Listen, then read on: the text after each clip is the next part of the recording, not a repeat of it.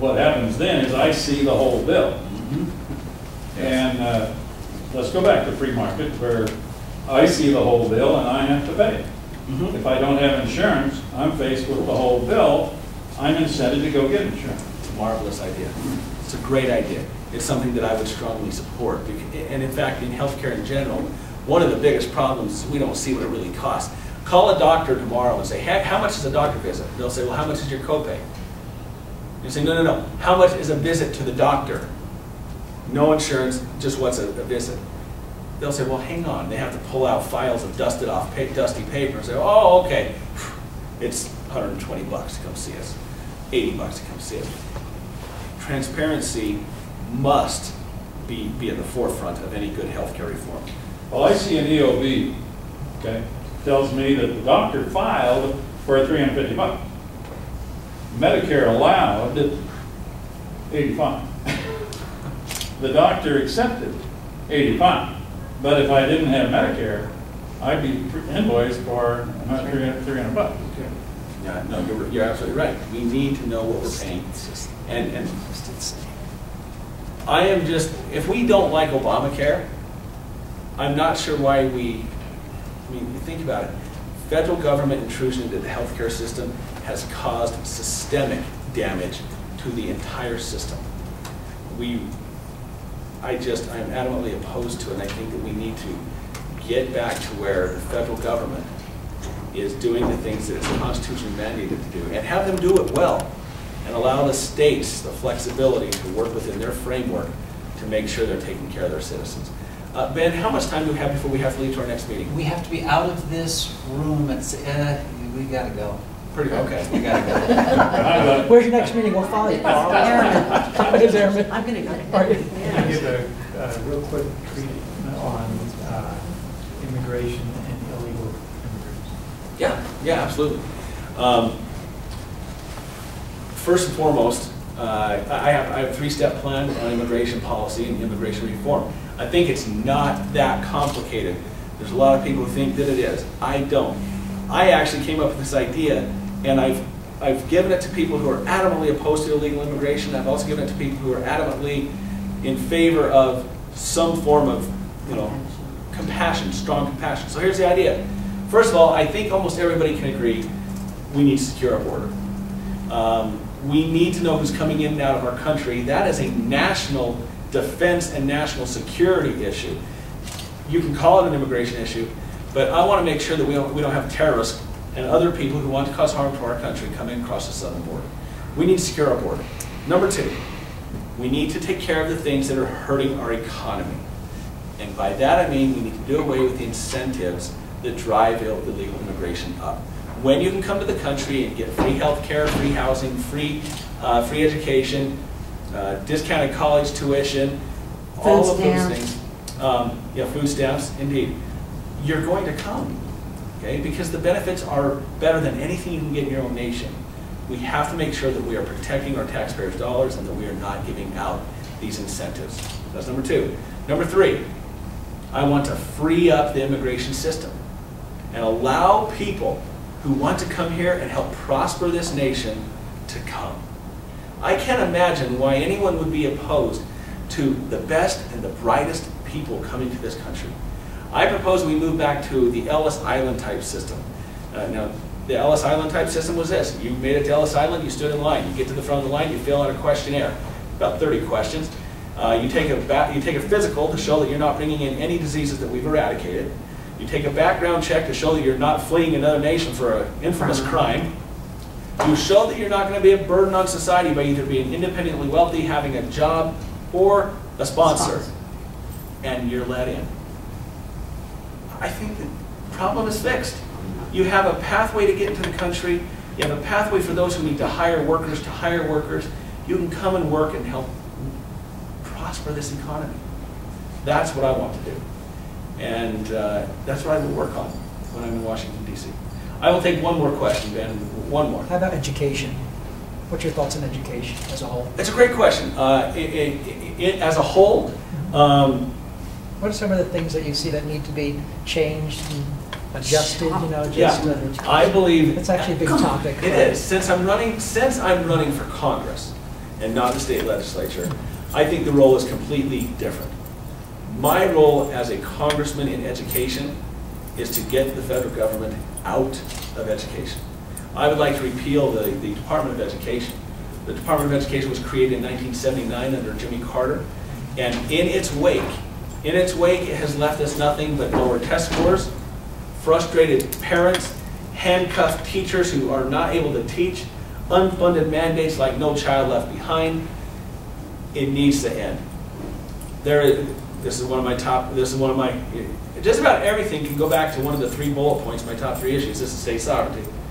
Push education down to the state level. Allow the states to run our education system. There's no one in Washington, D.C. who knows how to educate our children better than our parents and our teachers. So allow it to work. Allow the states to be 50 laboratories of innovation and create the best education system we can. It worked for many, many years, and only since 1979 have we seen a massive decline in education. And I think a lot of it is because it's been federalized. That's my overall view. And you know, if we did that, the states would have more money to put towards education because they wouldn't be spending so much in the bureaucracy at the federal level. We spend $71 billion a year running the Department of Education, $71 billion annually. So it'd free up a lot of money. $71 billion divided 50 ways is a good chunk of money. And we get our lands back. Yeah. That's right. We don't have to pay Let me wrap up. Let me wrap up with this. You as delegates have a decision to make, an important decision. You have to look and say, okay, which candidate is going to really do the things they say they're going to do? Okay? I would propose that you don't even have to take my word for it. You can take my record for it. You never have to guess where I'm going to stand on an issue because you know where I have stood. I have a proven, verifiable record as a conservative who has led the fight here in the state of Utah. So, and that's my cause. We're ahead in this race right now. I would ask for your support at convention. We have a chance to defeat Jim Matheson this year. As a matter of fact, I believe we're going to do it. I believe I'm best suited to do it. We have the biggest grassroots organization of anybody in this race, more volunteers than anyone. Even though you're starting to forget the phone calls, I can guarantee you that all of you have been personally called by someone, a live person, from my campaign. Not a robo-dial, you've probably got one of those as well. But a live person has called and talked to you from my campaign. I've probably called many of you on the campaign. I've called and talked to you. We are organized and moving forward. We have raised the most money of anyone in this election from citizens, in fact. 97% of the money we've raised have come from individual citizens, not from corporations or any special interest, but from citizens who have opened their checkbook and have written me a check. We've raised over $250,000 to date.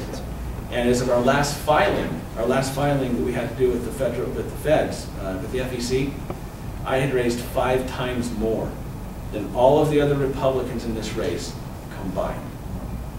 It's going to take that kind of resource, that kind of organization to defeat Jim Matheson. That's not a slight on the other candidates in this race. It's really not. But it does talk about our organization, the backing, the support, and the momentum. On April 21st, you have the chance to end it that day. If any of us get 60% of the vote, we do not go to a primary and we can put all of our focus on Jim Matheson. But if we don't get 60%, we have to go to a primary. And that $250,000 I've raised, and it's growing every week. Last week, 2 weeks ago, I raised $25,000 that week from individual citizens. It's an amazing thing. I got a check from a sweet old lady for $3. $3. The cost of processing the check is more than the check is worth. But she wrote a little sticky note and said, "Carl, I know your record. I believe in your message. If I could do more, I would." Oh man, that is an emotional thing. It's a touching thing. We have a chance to end this and directly go after Jim Matheson. I would ask that you consider doing that. and not have this being this Republican versus Republican bash at a primary election. I'd ask for your support, and let me give you a business card. These business cards have my cell phone number on it. You can call me directly, you can text me, whatever you'd like to do. I want to make sure that I am a candidate who is absolutely accessible to you. And this includes when I'm in Congress. I will have the same cell phone number. Now listen, I know I'm trying to buy, this might be biting off more than I can chew. However, should I be fortunate enough to earn your vote and win this election, when you need to get a hold of your congressman, you don't call the back offices and talk to an intern. You pick up the cell phone, you call me. That's not the easy way, but I believe it's the right way. I believe it's the right way for your congressman who works for you to stay in touch. So you can call me up and say, Carl, what in the world are you thinking? You know, it's not. Can I just say one thing that I appreciate about your campaign? Thank you. I have never heard you say one negative thing about another candidate. You have only talked on what you've done, what you can do, what you hope to do. And you have not cut down anyone else, and I appreciate that so much. There ends up being so much negative campaigning going on. I really appreciate that. Yeah, thank you. I'm very, very conscious. I'm very conscious of that. I don't believe in, look, I'm going to try to sell you on me, not against others. Okay? I'm a positive thinker. Yes, you are. So, thank you so much. Thank you Thank you, very much.